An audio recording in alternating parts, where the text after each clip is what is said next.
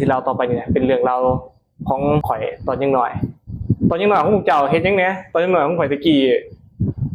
แม่ลักๆคืออยู่เพื่อนเปิดแผ่นซีดีเบิ่งอุลตร้าแมนเบิ่งดราก้อนบอลแต่ละมือแต่ละเว้นกัน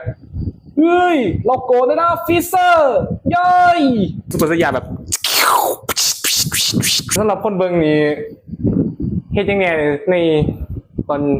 สูงประมาณ7-8 ปีเนี่ยสิมีหมู่อยู่คนหนึ่งเราเป็นผู้หญิงซื้อสมุดด้วยกว่าคนที่ตะกี้ปีนกันยังน้อยนะตะกี้ข่อยสิเป็นคนที่นิสัยแบบว่าคอลเลกกันมาคนอื่นคอลเลกกันมาคือยังคอลเลกกันมาคือแบบสมุดจะว่าพิษเนาะข่อยสิแก้คำเจ้าแต่ว่าแม่งจริงจังกว่าเดี๋ยวข่อยให้ข่อยคอลเลกกันมาใส่เพิ่นสมัยนั้นข่อยยังนอนน้ำพอน้ำแม่อยู่อยากให้แต่งกว่าแห้งจนเก็บมันไปฟันข่อยนอนก็พอข่อยเยอะข่อยฟันนอนละมือแห้งอย่าฟันเพิ่นเว้าแล้ว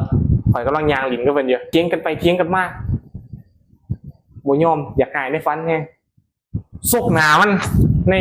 ความฟันหมดแล้วก็พอข่อยนอนหันหน้าใส่กันนี่แหละตื่นขึ้นมาที่ข่อยเห็นนะคือข่อยเห็นพอข่อยนะกำลังไขฟ้าตู้เย็นอยู่แล้วดังเพิ่นแบบมีค่อยซับจังซี่แหละเลือดดังมันก็ออกอยู่เพิ่นหาผามาอัดดังมันอยู่แบบเชี่ยกูเห็นแน่ลงไปว่ะ